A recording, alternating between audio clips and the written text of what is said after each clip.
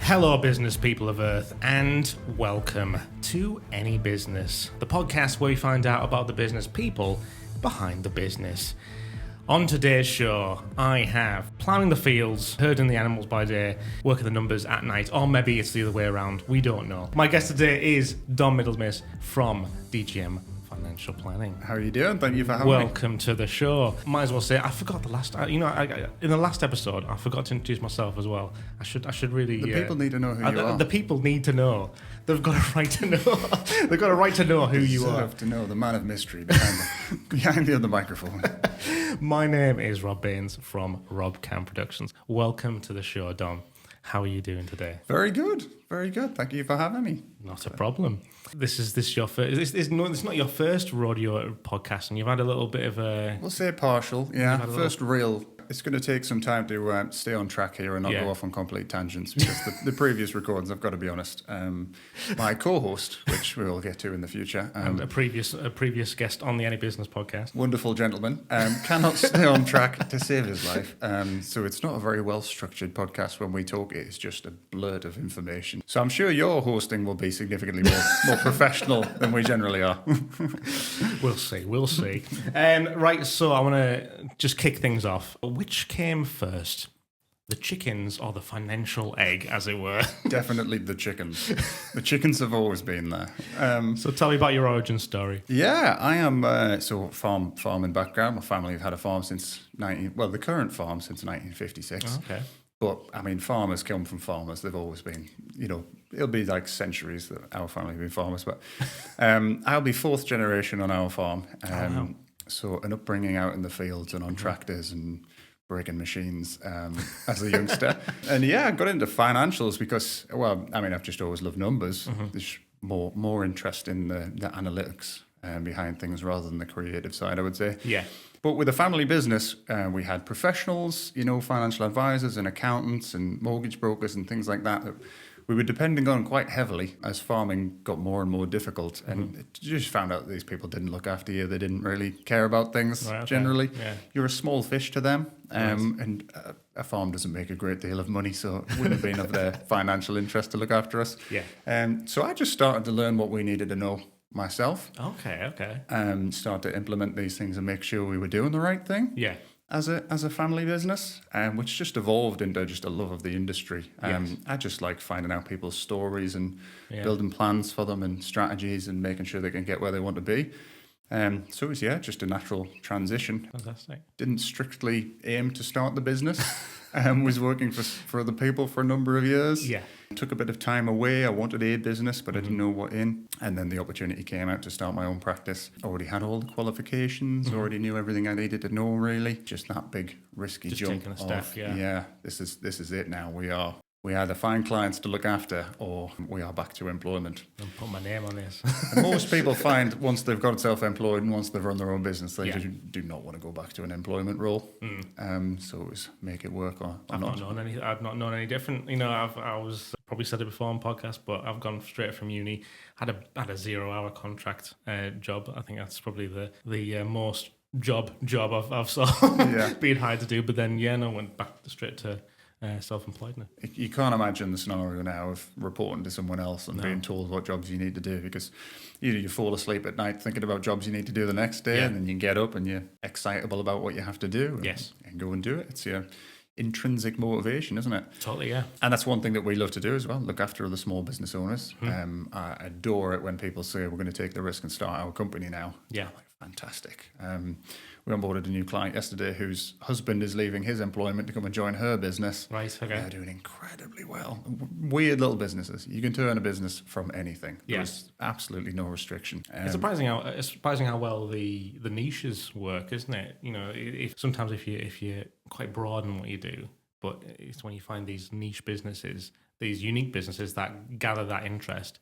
I bet those are quite good to work with. Definitely, and you look at them from the outside with no information, no numbers, no nothing, and you think there is no way somebody can make a living doing this. Yeah. And then you find out the hundreds of thousands of people that need their help and will willingly pay for it. Yeah.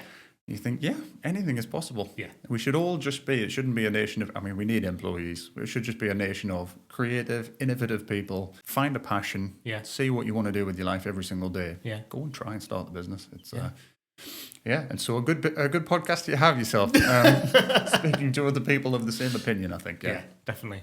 Tell me a little bit about the day-to-day, the financial farm life. What does the day in the life of Dom look like?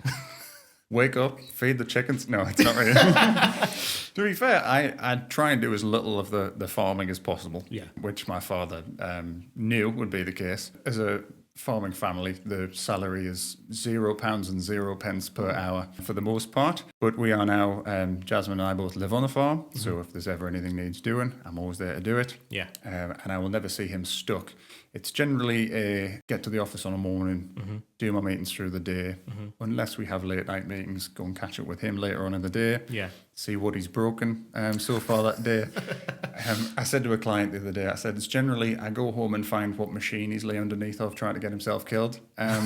Because it's always just see what he's lying underneath trying to fix for what he's been doing in the day. But I still help manage the farm and I just know everything that's going on with the place. Yeah. Help the strategy for him to say, what are we doing this year? What are we doing next year? Because one thing is they never ever knew the numbers behind it. Yeah. It's one of those things with any business owner, their passion is what their business is. And you don't think, I really want to start a business and then learn how to be my own accountant and then learn how to do all these numbery sort of stuff and just...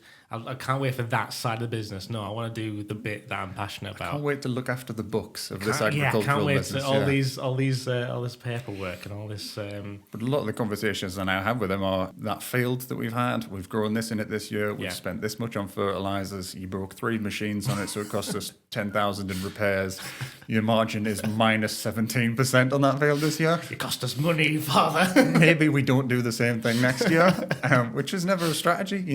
50 years of farming it with his father. Just do the same thing every year. Yeah. That's all they knew. And I mean, they're artists. They are real artists. The knack of farming a field properly and the timings of plants and the chemicals that they use on them to make sure, dependent on the weather, how things turn out for that harvest is unbelievable. And I couldn't do it. Not for, it's a real craft that I respect a lot.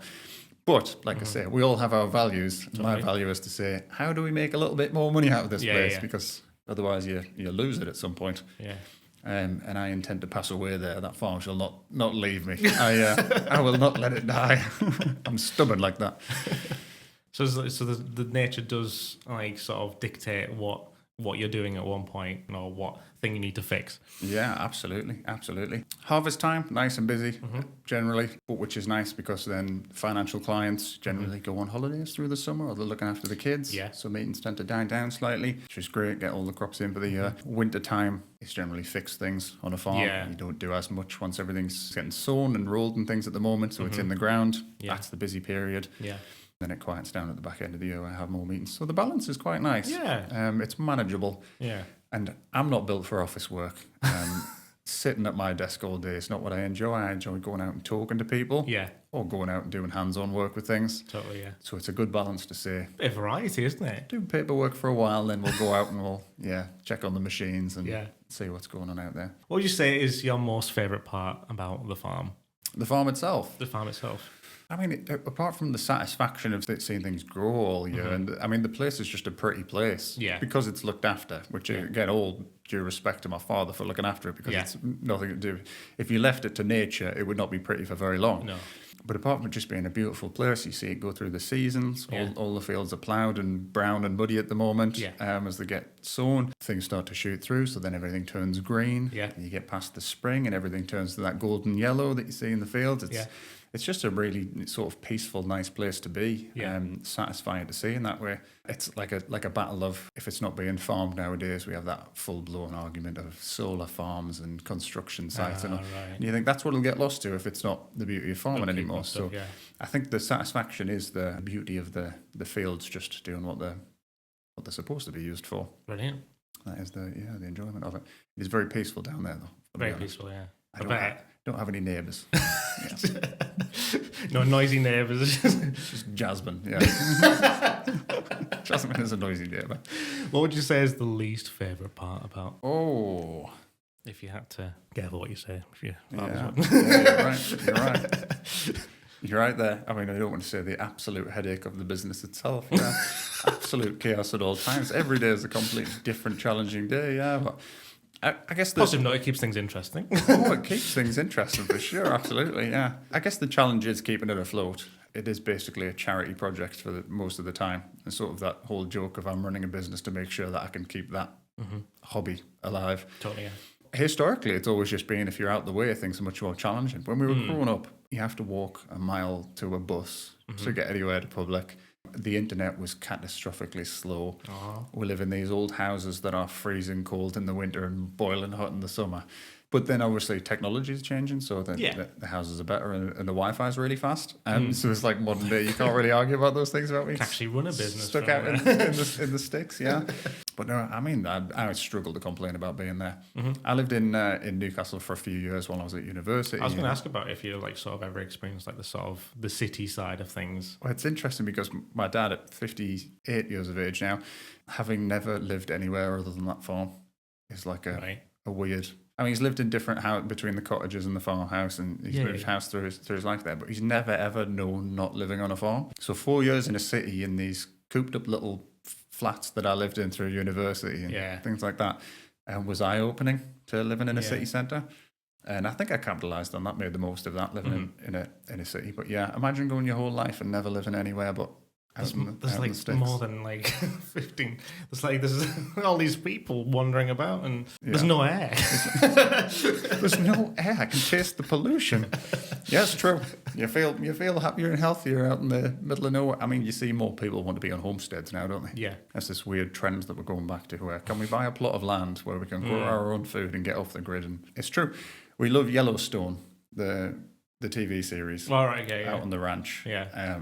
And he says a line in there, and he says, if you had all the money in the world, if you're a multi-billionaire or a trillionaire, that's what you would want to buy. The peace and tranquility of being out in the sticks. And I think just away from everyone. I can't. Away from people. Having your own space and things like that. I mean, I love people. I work with people for a living. People are amazing. But the space and freedom, things like that, is it's worth a lot. It's worth a lot. Brilliant. Twisted the negative question into a positive there. Yeah, can't complain. I'm a positive guy. You're a positive guy. I know you're very well done. We're going to move on to financial stuff. I thought I'd start with a little light question. Have you ever gone against your own advice and splurged out on something you know you really shouldn't have done? I remember this on Callum's episode about how good Callum is with money. Callum is fantastic with money. Oh yeah, I go against it all the time. The problem is, when we advise, and I think this to myself all the time, when we advise, we're thinking about the highest probability way for people to accomplish what they want to accomplish. In the reality of business and in the reality of life, the higher returns, as with investments, come from the highest risks. It depends where you are on the spectrum of, is this risk going to give me sleepless nights? I'm a risk taker by nature.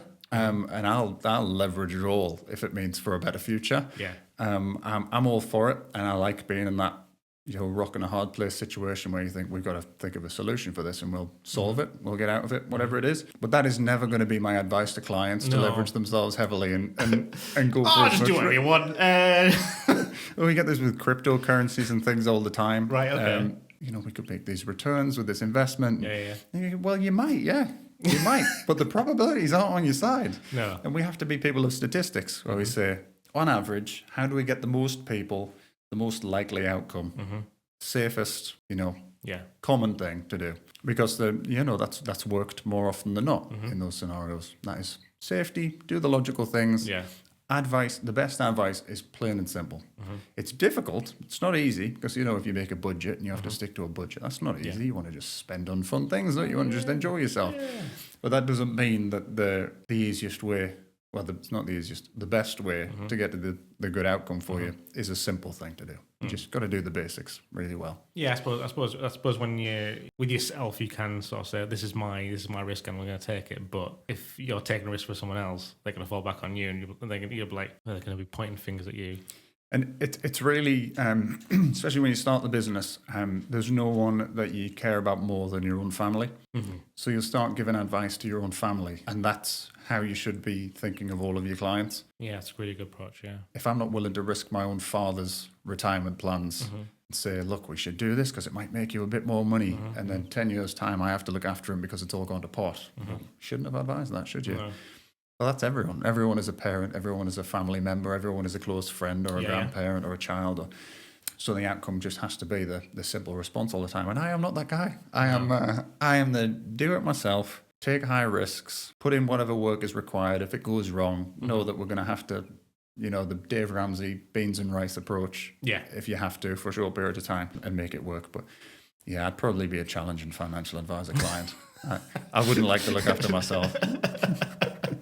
The investments would be simple, but yeah, I'm a risk taker. That's not what we do. High probability generational wealth building with no lottery wins, no shooting the lights out returns. That's not what it's about. Can you give an example of something you've splurged on that you're allowed to? the cogs are going. If you're watching this podcast, you can just see. Oh, do I know? What do I do? What do I say here? I hope my clients don't watch this. I want everyone to watch this podcast, but now this is what you don't do. This is what I'm not. This is the risk I'm not taking for your sake. Well, this podcast will come out in a little while, won't it? October. Perfect. We are launching a new business. Shout out to Jasmine. She is an excellent businesswoman as well. We have recently bought a double TP. It got delivered yesterday. So I am to build it over the weekend. And as a personal trainer and a financial advisor and a farm manager, I don't know why we're... That is a very expensive tent, is what I'm saying. It's a tent, is what it is. But my God, it's going to be great. I can't wait to have it. So yeah, that's a big old risk that we're taking at the moment. I'd say my car, because it's all relative, really. Because my car was cheap. Mm-hmm. But when I bought my car at 21, it was a lot of money for me. Yeah. And just to give context to that, it was like university time where you have like no money. And I think it cost me about £13,000 for that car. Mm-hmm. And it's still the same car now. I've had it 6-7 years. There's no debt on it. I would always advise people stop taking finance on cars. I know it's difficult to nowadays because of cost of living, but that car I regret for a long time because I just thought I had a car that I could use. Mm-hmm. It wasn't costing me any money. It was a run-of-the-mill thing. Mm-hmm. And you go, oh, nice shiny BMW, and it's quite pretty. And £13,000 is a bargain. You can't get a car for that nowadays. It's ridiculous. Oh, yeah. But at the time, I just thought, man, if I just spent £13,000 on something else at that time, I could be in so much of a better financial position now. Because £13,000 over 6 years, there's a lot of things you could do with that. Yeah, totally. But at the time, yeah, that was a big old regret. Technology is another one. I have to have a new shiny laptop. I always have whatever mobile phone I enjoy using because we're on phones all the time. I had to buy a drone just because. Just because, Drones are fun. Yeah, but I just fly it out over the fields. It's just like a big... Perfect place to fly a drone, like. Big boy's remote control car is what it is. I'm just checking the crops. I'm just security. Somebody's broken in the field. It's 32 acres over there. Fly it over. They'll get there faster than I will. It could be a business expense. You can get drones that do the fertilizer and stuff now, can't you? Callum, we need... when it comes to business expenses for farmers, Callum, would you just... Yeah, exactly. All automated. I want drones just in the sky, just doing it all the stuff. But I'm impulsive, I would say. And Jasmine calls me out on it all the time. The rule of sitting on something for a week before you spend money on it. I get so excited when I find something new to spend money on that I'm like, it'll be bought in a day or two. Yeah. And then in a week's time, I go, I'm not sure why we bought that. But it's fun at the time off. It's all for the dopamine, isn't it? Oh, yeah. That exciting new thing that you buy. Definitely. Nothing major, though. Jasmine's outlet is holidays. She likes going on trips. And it's not all-inclusive, resort holidays. It's just like do everything everywhere for a week. That's why she likes to spend them. And nice furniture. She buys very overpriced furniture.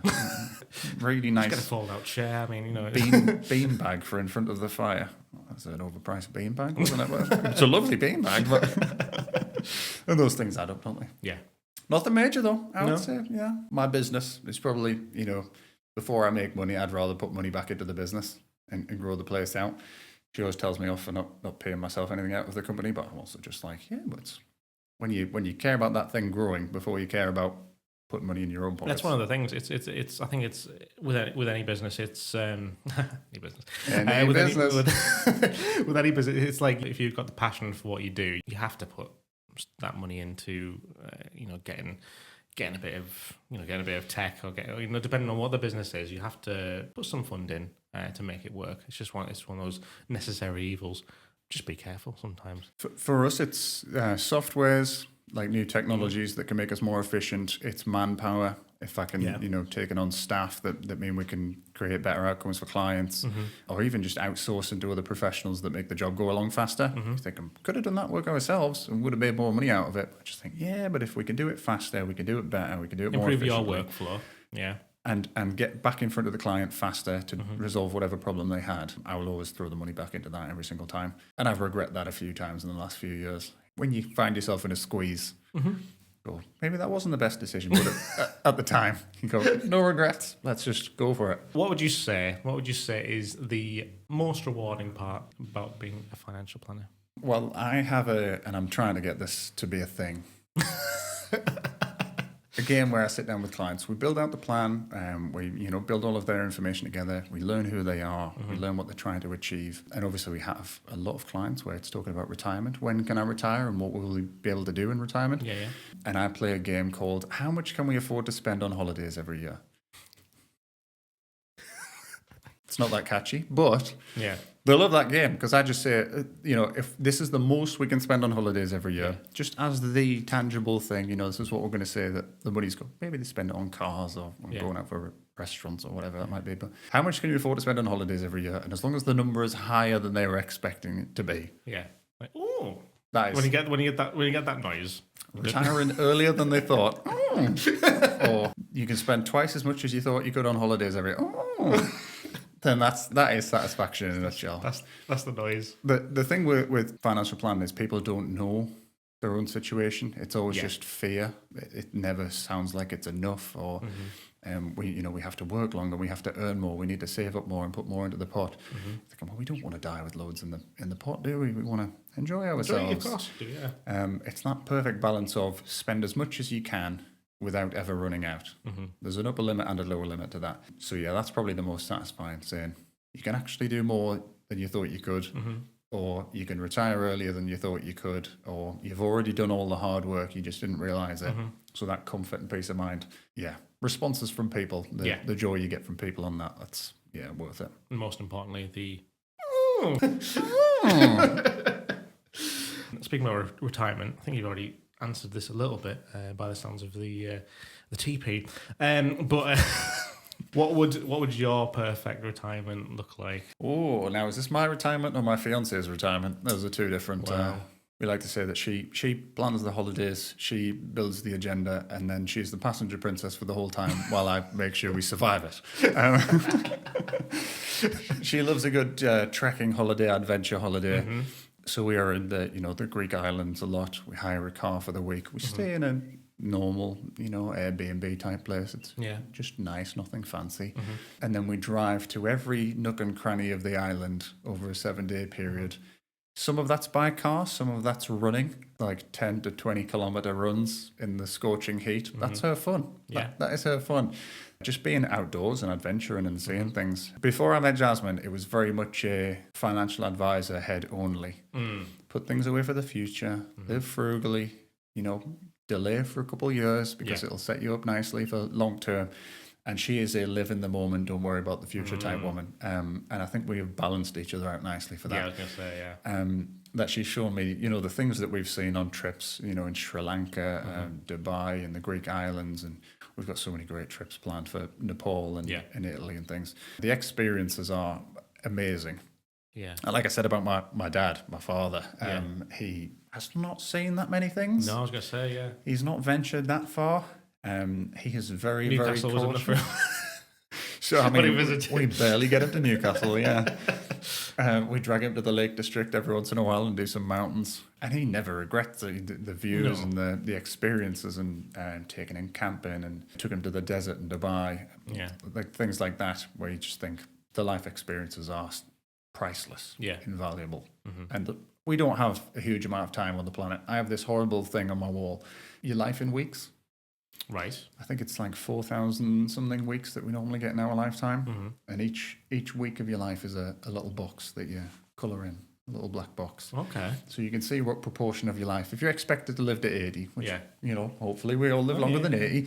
But if you just live to 80, this is what proportion of your life you've already lived. You think, have you made the most of that time already? Most people would probably say no.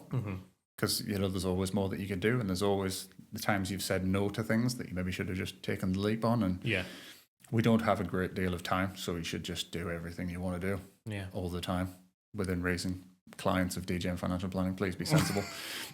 Let's not spend more than the fun game called how much can you afford to spend on holidays? Within your means. Yeah, take all opportunities. Grasp life. Do what you want, yeah. Is there an ideal sort of a dream hike location or whatever? Is there a location you'd love to go to when you get to that point?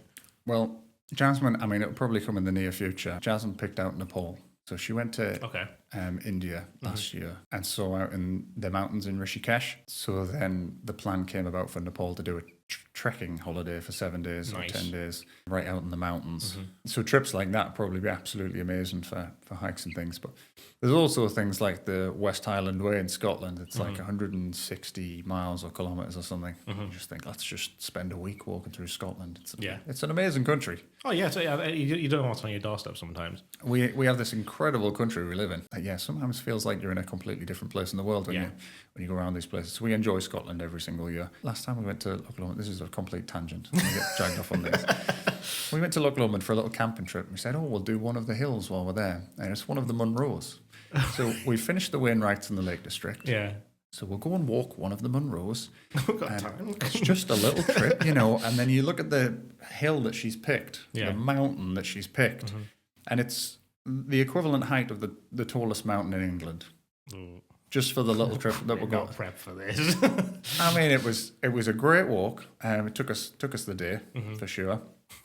But yeah, she totally underestimates these things. Massive. So yeah, don't let her sign you up for things. It's always biting off more than you can chew. But who knows? There's a lovely walk right the way across Spain as well. I think it's like some sort of religious trek type thing that people do, and it's like hundreds of miles long, thousands of miles long. So something like that. But also, I've not been allowed to set foot in Italy yet in my life. Right. I love Italy. I love everything Italian. It's amazing. The food, the scenery, the way of life is fantastic. And Jasmine said, we are not allowed to go to Italy until we are getting married there. Wow. So until the pressure was on for someone to pop the question, I was not allowed to go to Italy. Where I think when we go there next year, I think I'm going to love the place just because I love the culture and everything. So picking one country that I probably will want to revisit many, many times. I expect it might be Italy for the Italian way. That's a very weird way of incentivizing someone to ask you a question, yeah. I said, no, we are working to my time scale, not yours. Okay, here's a ring. Let me go to Italy now. So they are going to Italy now. Oh, it's booked. We'll be there in May. I think anyone could tell the difference between the farm and finance, the world of farm, the world of finance.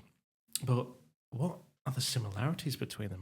It's a good question. Thank you very much. It's a very good question, a very deep question. There's so many aspects to both of those things. When I think of the farm, I always think about the business side of the farm. So it's easy to put the connections with finance because I'm just always crunching the numbers for it. But I guess if I would say anything, it's kind of just the cyclical things of everything. To be very deep and philosophical on it. The life cycle of a harvest and growing things through lifetime so that you have the crops at the end of the harvest. I guess everything is just sort of like that. Everything we do early on in that process is to create this product that we want at the end of it. That's all finance is. It's just building this thing up long term. We're following this timeline the whole time. The timing's important. The the investments are important. Not making any major mistakes through that time are important. And the farm is the same thing. When you start, it's important. Make sure you sow it at the right time. You've got to watch the weather. These are all the things in life, the curveballs that might get thrown at you. Yeah. How are you going to deal with them? Farming was a dry season this year. We did droughts all over the place. Last year it was a wet season. So how do we overcome that? Yeah, that is basically financial planning. It's all just, here is my life in a timeline. Here's all of the things the milestones we have going on. We're having children here. We're going to get a house here. We're going to upgrade the cars right all the way goals through we've there. got. Yeah, We're going to leave work here, all for this final thing that is retirement. So yeah, maybe more connections than you would think, but that's a very philosophical question. Very good answer to a good question there. Very, very good. Deep questions. I didn't know I'd have to think this hard. I'm testing you though. So with that being said, what has financial planning taught you about farming? I mean, I think the main things I'm learning in financial planning all the time are just the different perspectives of people. There are so many different approaches to everything. You'd think that there would just be a set menu. I mean, I wouldn't have a job if there was. No. Because we'd just say, here's the plan. This is what you have to do. Everyone do the same thing and you'll get there. But there are a thousand ways to skin a cat without a better phrase than that. I use that phrase every day somehow. I don't know how. But being open-minded to it. All farmers are different. All of their approaches are different. The TP being one of the diversity projects for the farm, that if things don't go as you would expect, which, I mean, a farm you would expect to be pretty simplistic in that, but then we have a government who are throwing curveballs at us. We have Mother Nature throwing curveballs at us. How do you adapt to that? And it's not always the way you thought you would in the first place. So I've spoken to hundreds of clients at this point. Each of them has a different perspective, a different outlook on things, a different approach to things. And you've got to go, yeah, I've never looked at it that way before. You're absolutely right. That sounds like a better way of accomplishing that. The farming's so different to when I was growing up, when my grandfather was farming it, and he was just a creature of habit. Never change anything. Lose money year on year on year because it's just the way we've always done it. And I think, excellent strategy. Don't change. That's perfect. We'll be bankrupt in 3 years. We'll have to move to Newcastle to live in a flat together. Not the flat. Not the dreaded flat. And that question being flipped, has the farm taught you anything about being... No, nothing. No, okay. Oh, the farm has taught me Absolutely so nothing. much. In the face of adversity, I think is the lesson with the farm. Yeah. Just nothing ever seems to go right. That just pessimistic angle of that, to be honest with you. But yeah, just if it can go wrong, it will go wrong. Yeah. In absolutely every angle. Everything seems... I mean, this year, really dry season. Everyone has lower yields, so we all have less crops to sell. Well, we didn't. I hate to boast about it. Hats off to my father. He did a great job. We had hundreds of tons of crops to sell this year when people had fractions of what they were expecting.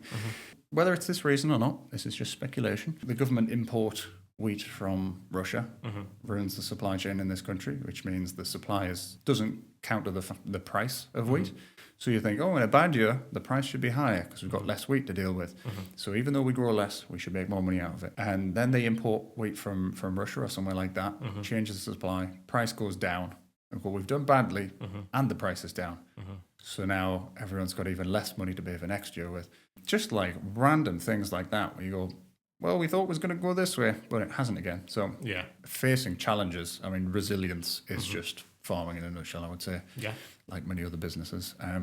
We have another problem. How do we solve it? And try and stay nice and positive for it. Yeah. Because, I mean, there's always a solution. There is always a solution to everything. Which part of your double life, as you say, does come with the most challenges? Well, my business is significantly more complicated than the farm in terms of logistics and legalities and regulation and everything that you have to do for it.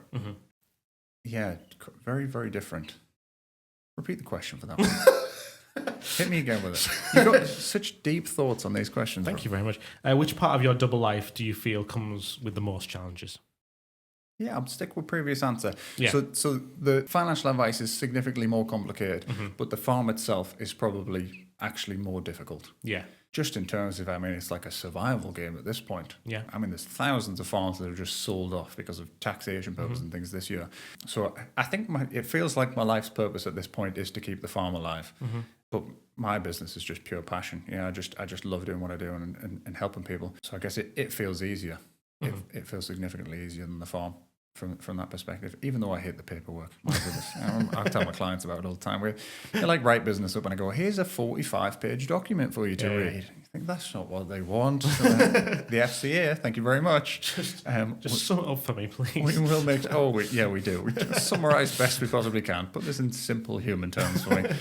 But yeah, complication versus actual difficulty. The farm is just pure chaos for trying to keep that place alive. Shout out to all the farmers in this country managing it very, very well. Hats off to them. Like fighting fires, things like that. You've seen all the news stories recently on farm. Totally, Unbelievable people. Hats off to them. It is one of the most challenging areas to be working in and a lifestyle to have, to be fair, in this country. I think myself lucky having a finance business in comparison.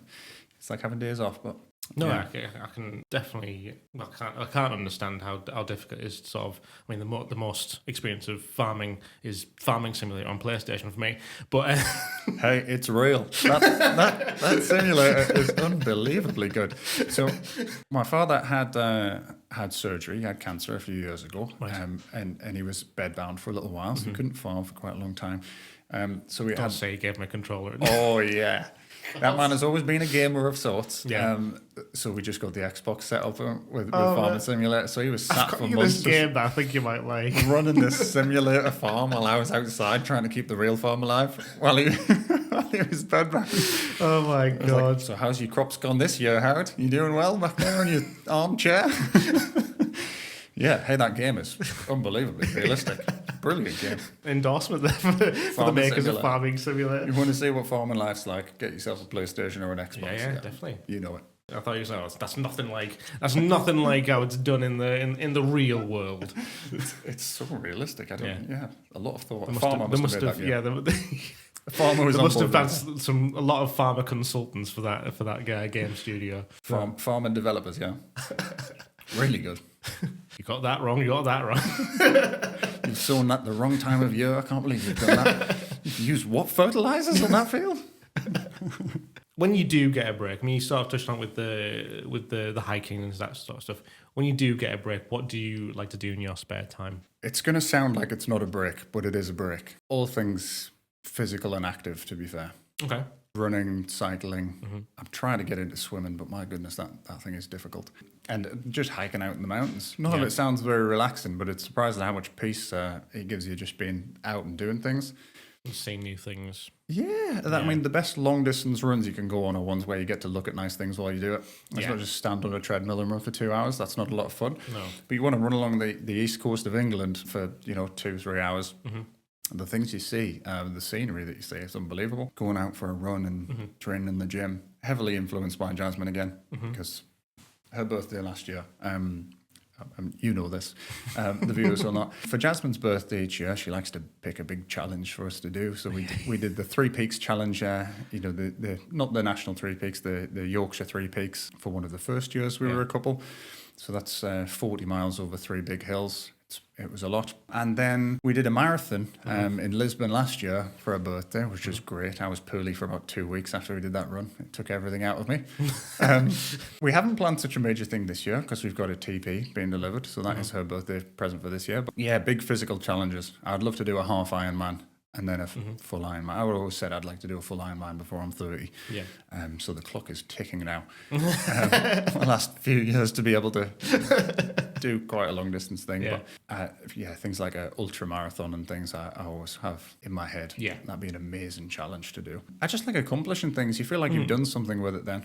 But good food and a movie night, that's, you can't go wrong with a good film and Indian takeaway or a big pizza or something. I might ask you about films a bit later on. But yeah, no one dreads their partner's birthday more than this man here. What's coming next? Pain and suffering. Or just money spent on another TP. Can we just get another TP? Yeah, that would be easier from this point forward. A TP will do it? Fine, we'll get another TP. Fine, another TP it is. I fancied a global walk. We'll get 3 TPs ordered there. This sounds easier. It's a lot easier. Before we go on to the final 5 questions, which I like to call the quick fire, but they don't end up being quick fire. Sounds intimidating. It's a little bit. You're having a little bit of experience podcasting at the moment. Word has it that there is a podcast coming that you and another guest is hosting. Touched a little bit on it at the beginning of the podcast, but do you want to speak a little bit about that? Yeah, so... Tease it. Oh, yeah, it'll be teased because, who knows when we'll get these things out there. They are. I mean, I have full respect for any podcasting hosts, the logistics that go into these things, production that goes into these things. Amazing. Which we are not good at. But... getting financial education out there is a passion of mine and a passion of the co-host we discussed, who is a previous guest of this incredible podcast. And we just want to, give our takes on that, our opinions on that. We are of the younger generation in these industries. Financial industries are generally, 50 and above, so sub 30-year-olds in the industry. We have a different perspective on these things. Yeah. And social media, great place to absorb useful information nowadays. Absolutely, yeah. So it would be great to throw our hat in the ring and just give people clean, simple advice, not strictly advice, according to the regulator. Educational information so that people can make, informed decisions themselves and hopefully do it in a nice, fun way. Nice little entertaining format. Yeah, exactly. And similar to this, where it's, great information about business owners and their backstories and whatnot. It's a very absorbable format to do it in. So hopefully with your assistance, we'll get that out into the world in the near future as well. Absolutely. It's myself as a chartered financial planner and then an accountant. We know all things numbers, so it's try and give that back to people. Fantastic. Well, I'm looking forward to working with you. Oh, it's going to be interesting. Rob's going to be tearing his hair out. We are not the easiest people to work with. We'll say that in advance, yeah. I think we should set up just a single camera on me, like in the corner, just working the behind the scenes stuff. Like, like Joe Rogan's podcast where he's always just shouting at Jamie. Yeah. We will be shouting at Rob. I'll be just getting screamed at. Rob, look this up now. We're on a live feed to the... What? Oh, yeah, we will be difficult. Yeah, that's for sure. Well, we'll see. Stay tuned. Right, the final 5 questions. So these are the questions that I ask every guest. First one, I'm a nerd. You know I'm a nerd.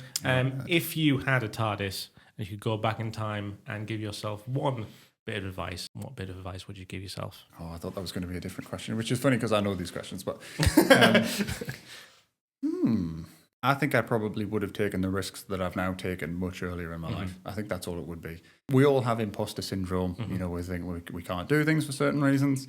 And especially younger people, where they go, I haven't built up the experience or the knowledge or paralysis by analysis. We think we're not quite ready to do things yet. Yeah. Just take the risk. Learn on the go. I mean, Richard Branson, we always bring that up. Richard Branson always just says that say yes to things and then work out how to do it afterwards. And you have to, because, the qualifications that I have, which are ridiculous, I still don't feel like I know a lot of things. Yeah. And every single day that's proven when clients ask me a question that I don't know the answer to. That's perfectly normal in any business. What's important is can you find out the answer and put the work in to resolve whatever it is. Yeah, so, problem solving. Just take the risk and deal with it as you go. You won't regret it at all. So more risks. Sooner risks. Sooner risks. Maybe not more risks. I'm not sure I can go any further in the risk department than I am already. But just take the jump. Yeah, you won't regret it. What is your kryptonite? So what would you say is your biggest weakness? Awkward clients. No. This isn't contemplation because I don't have any weaknesses. I know, it's all just strength. This is contemplation of which one do we want out in the general public. Focus, I think, is probably my hardest challenge. Sitting in the same place and just thinking about one thing for enough time. My staff, my employees will tell you that I am so sporadic. Day by day, I am like, we'll sit down and do this. And then I am in 14 different places when I'm supposed to be doing something with that. Probably an awful person to work for. But staying on track and focusing on the same thing and just sticking to it until it's seen through completely is something that I do very well for clients and I seem to have no ability to do for myself. Staying on track for the same thing. But sometimes it works out well. So, you stumble into other things. But staying in my lane is definitely a challenge. Nice one. Focus up, Dom. If you could have any superhero power, what superpower would you have? Oh, I just want to be the Flash. Yeah? Oh, yeah. I mean, I can't get work done fast enough. I'm an avid runner. I can't run fast enough. Yeah. I mean, travel the world. You could just go anywhere. I would just want to, I mean, arguably then, I mean, Superman, if we could just fly anywhere, anyone that's fast, really. Get more things done in a short space of time. That's the best superpower. Your partner's birthdays are easier. 2, right? Yeah. We would have got the marathon in significantly less time. I would have just picked her I'll up. do it again. Run through it. 5 minutes, done. There's your marathon. Let's get ice cream. And I just to completely sideline on this, Iron Man was always my favorite. He's just like the super nerd, the mechanic, as a farmer's son who is always like mechanically trying to fix things. Yeah. He was just idle. He's the man. Yeah. Billionaire, playboy, philanthropist. Yeah. Just like everything that everyone wants to be, isn't it? He's just the coolest guy ever. But yeah. Superman, Flash, and Iron Man. That'll be a sort of ideal sort of set. Too right. Might be unstoppable, like, but absolutely unstoppable. Yeah. Take over the world. One marathon at a time. Climb all the mountains. Buy all the mountains as well. But you're too right. Yeah. Exactly. You know what I mean? Give them back to the people. Yeah. Robin Hood. Robin Hood, everyone. Film question. What's your all-time favourite film? Oh, this is so tricky. Because I'm a classics guy. Like, old school classics. I couldn't tell you how many times I've watched Gladiator. Gladiator 2? Yes, it was reasonable, but yes, it was a disappointment. The first one is too good as a film, but like your Shawshank Redemptions, things of that caliber that are just never boring. I'll watch them every year of my life for the rest of my life. It's on TV, if it's... If it's in the movie jar, you'll always get... Absolutely. But then, like, the Marvel series and things like that, was always... Jasmine, not so much on the superhero front, which is a challenge in the relationship, but, you know, we all overcome these things. Can I try a Marvel film tonight? No, we won't. She likes real-world films, war films and historical... All about the realism. All about the realism. I mean, she was a history and politics student. So she's just... I'm going to see you just trying to convince that these superhero films are, it's based on real events. This could happen. Why don't you believe it? This could happen. You've seen how AI is going. Jarvis could be real very, very shortly. Hey, that would be so useful. It would be very useful. Just a personal assistant like that would be absolutely fantastic. Yeah. My life would be so well organised. Yeah. I need it. Especially if I had Paul Bettany's voice as well. That'd be fantastic. Yeah, I have a personal assistant. You're not doing enough. You're not Jarvis yet. We need more from you. Work on the vocal range and stuff, and then we'll... I want to just ask you any question, hands-free, all day, every day, till you know the answers. There we go. That's the perfect PA. Watch it. And finally, the most important question of them all. Where can people find you? Yeah, so we are trying to branch out. I am more religiously on Instagram. We are on Facebook. We're on LinkedIn. We are dabbling in TikTok. DJM Financial Planning on all platforms. We have a website, Google Business and things. But yeah, the Instagram is probably the greatest source of information. Trying to put as much educational things on there as possible and a little bit of lifestyle updates as well. The curveballs of farm life on there every once in a while. Trying to keep it interesting. So yeah, DJM Financial Planning on all platforms. Fantastic. Thank you very much. Well, that is it for this episode of NEBiznis. If you'd like to find out more about the series, feel free to look at NEBiznis. And until next time, thank you very much again, Dom, for joining us today. I'm looking forward to your podcast.